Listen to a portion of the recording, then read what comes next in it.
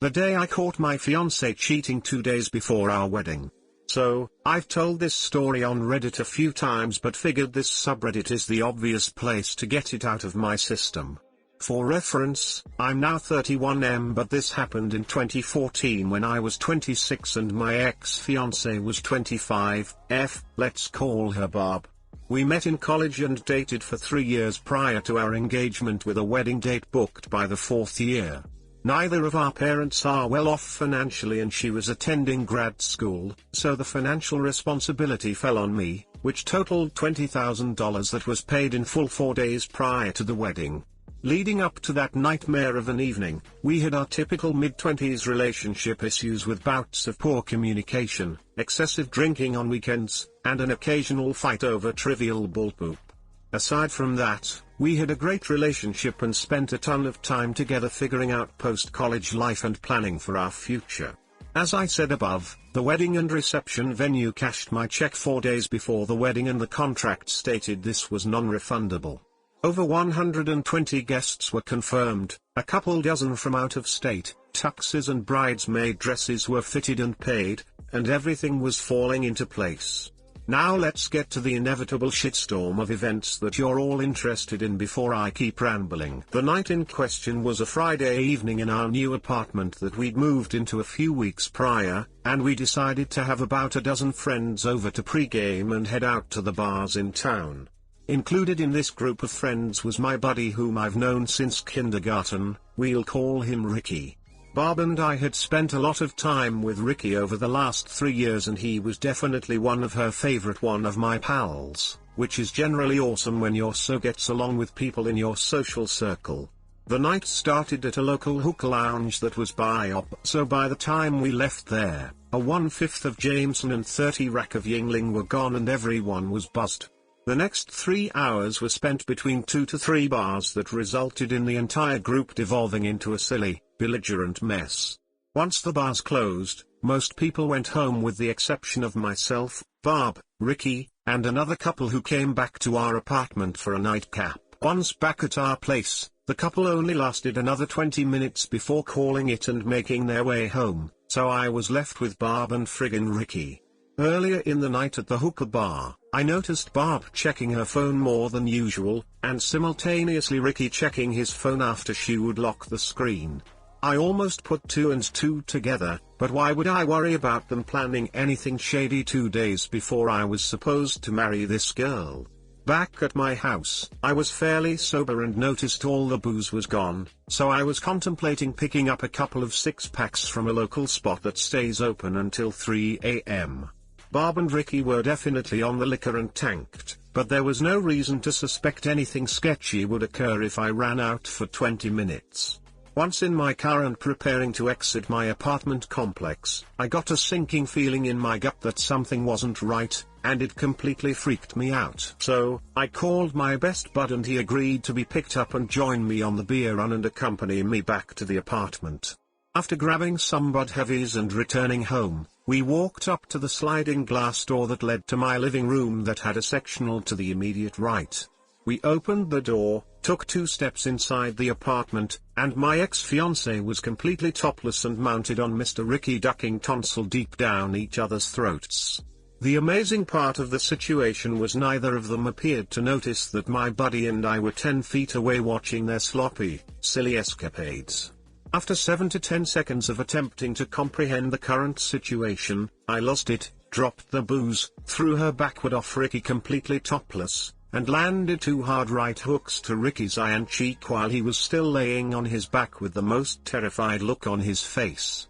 To put things in perspective, I am 6', 220 pounds and have played hockey my entire life. He is 5'6", 140 pounds and a runner.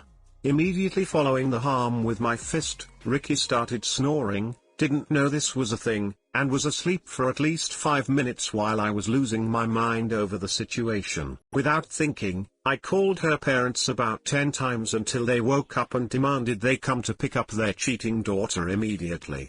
Their house was only 5 minutes down the road, so they walked in shortly thereafter while I was laying into Barb about her unforgivable, disgusting decision. Her parents frantically walked into me screaming at Barb, Ricky asked out on the couch, and my buddy mediating the situation. The first thing I told everyone was the wedding was ducking off. I demanded the ring back and said I'd rather lose $20,000 than spend the rest of my life with a cheating witch. Her parents spent the next 20 minutes attempting to talk me out of it and occasionally defending Barb's actions, saying things like why can't you forgive her or isn't it too late to cancel the wedding? Meanwhile, Ricky woke up and the right side of his face had swollen to the size of a grapefruit and his left eye was completely shut. Kicking him out of the apartment was tough because he was too silly to drive, so I called his brother that was 20 minutes away and spent that time laying into Barb, Ricky, and her parents. Surprisingly, I was able to stay level-headed enough to express my thoughts in such an extreme state of rage.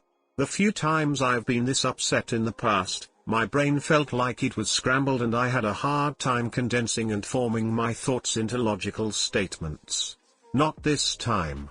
By the time Ricky's brother picked him up and Barb's parents shuttled her home, I had systematically picked apart any objection, opinion, or plea for reconsideration expressed by everyone in the room.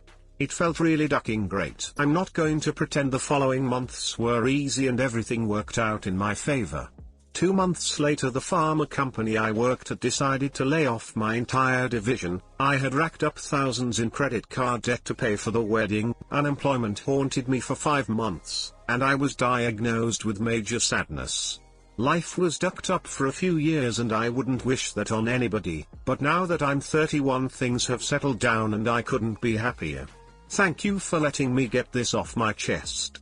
Too long, didn't read. I walked in on my ex-fiancé cheating on me with my good friend 2 days before our wedding, and it ducking sucked. Hey guys, please like, comment, and subscribe. It would really help me out, thanks. I can't believe the parents tried to defend her. I think that's ridiculous. I hope you found someone better than her. Yeah, my buddy that walked in on them with me actually started to get quite defensive when he heard both parents trying to talk me out of it. He jumped in without hesitation and defended me, so that was pretty deep. I found someone about a year later whom I dated for the next 4 years, but she wound up being an emotionally/verbally harmful workaholic who was severely disliked by my friends and family. I bailed on that relationship last June and haven't had any desire to re-enter the dating game the last 10 months. Wasting 8 years with 2 women is an exhausting experience. Happily single I shall remain. I'm glad you beat his butt. They are terrible humans SMH. Thanks. I never knew it was possible to hit someone hard enough that they go to sleep and start snoring immediately. It totally freaked me out at first. Man. Well written. I would have Chuck Norris roundhouse kicked Ricky in his ducking dome. Glad you came out of it okay fam. Thanks. At one point after he woke up as Elephant Man, he actually tried to drunkenly approach me and wrap his arm around my shoulders to apologize. That didn't go well either because I wound up throwing him on the ground and holding him there for a few minutes with my knee on his temple region, kind of like a dirty cop. Hopefully, that was humiliating enough to encourage Ricky to make better choices when hanging out with someone else's significant other. I am glad/relieved that you didn't go there, but I love her. I can't lose her. She's the best thing that has ever happened in my life. Root. Nah, never crossed my mind. For some reason, my brain is good at compartmentalizing thoughts and feelings when it comes to relationships. It's sad to see so many people IRL and on these relationship subreddits stuck in toxic relationships and can't bring themselves to move on. I enjoyed most of the story, but you shouldn't have hit Ricky. You're lucky that he didn't sue you for harm. I agree, just relaying the events as they played out.